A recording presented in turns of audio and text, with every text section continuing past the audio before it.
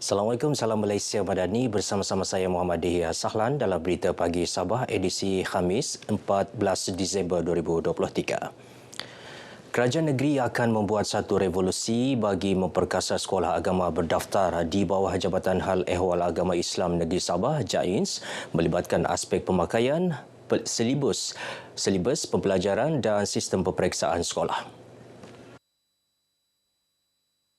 Pembantu Menteri kepada Ketua Menteri Datuk Ruslan Muharram berkata, revolusi tersebut bertujuan menggalakkan ibu bapa menghantar anak-anak ke sekolah agama yang berdaftar di Sabah. Yang pastinya kita akan cuba membuat satu revolusi yang mungkin dari dalam perkara yang asasnya ialah pakaian. Dan yang keduanya mungkin kita akan melihat dalam buku teks. Yang seterusnya ialah berkenaan dengan mata-mata pelajaran yang sesuai dengan keadaan semasa. Datuk Ruslan ditemui RTM selepas lawatan ke Pusat Peperiksaan Pedalaman Bawah Sekolah Menengah Agama Negeri Beaufort, Seman di Beaufort. Seramai 25 keluarga terjejas kebakaran di Tanjung Aru menerima sumbangan daripada Majlis Ugama Islam Sabah MUIS dan Perbadanan Baitul Mal Negeri Sabah PBNS.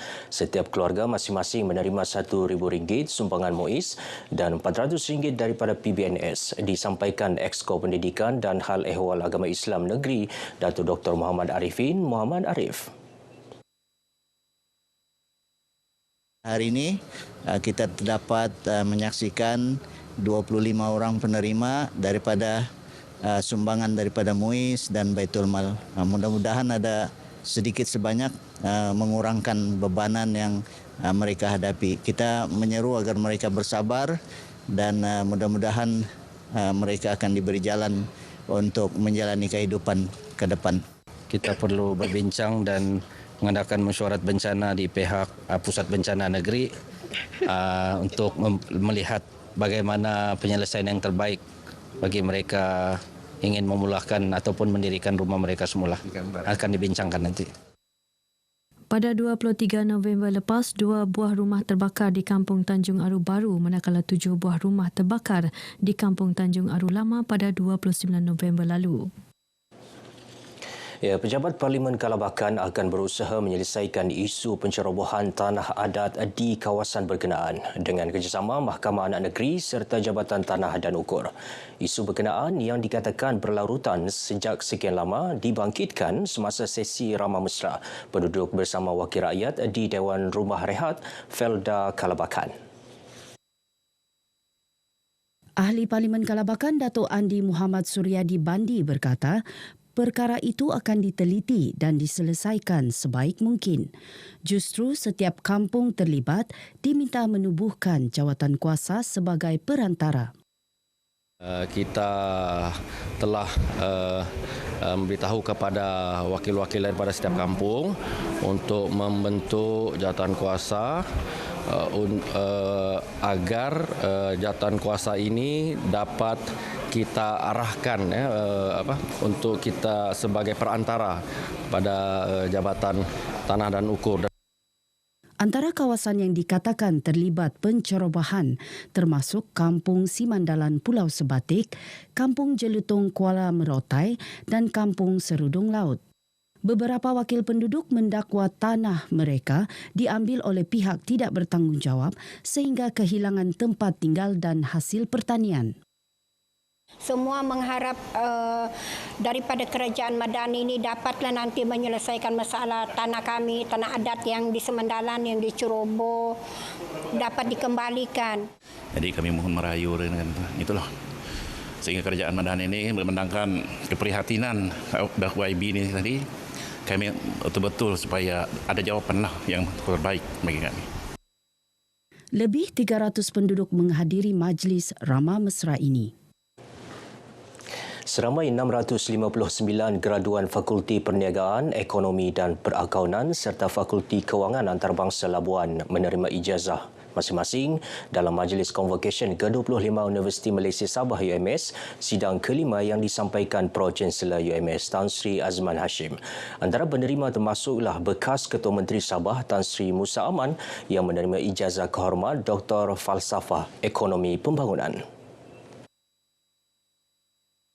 Ijazah Sarjana Muda Ekonomi dengan kepujian secara anumerta turut diberikan kepada Ahmad Fadli Hamdan mewakili Allahyarhama Nur Aimi Hamizah Hamdan.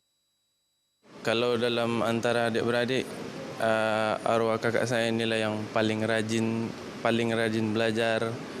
So kalau macam dia belajar tu pun dia punya situasi tu pun belajar, kadang tidur pun dengan buku-bukunya sekali. Impian dia sudah tentulah dia mau kasih bangga kedua orang tua dia, tapi tidak kesampaian kan. Saya lah satu-satunya untuk sambung dia punya hasrat tu untuk banggakan kedua orang tua dia. Menurut saya arwah ni dialah yang paling hormat dengan orang tua dan paling manja, dan ada apa-apa perkara dia tu yang peramah lah orangnya. Jadi kalau ada apa pun kami ada perlukan, kami akan bertanya dengan dia juga. Turut menerima ijazah seorang graduan OKU Fizikal, Kaki dan pelajar antarabangsa dari Brunei Darussalam. Macam mana pun kamu halangan tu kan, kamu mesti buat juga, kasih habis juga sampai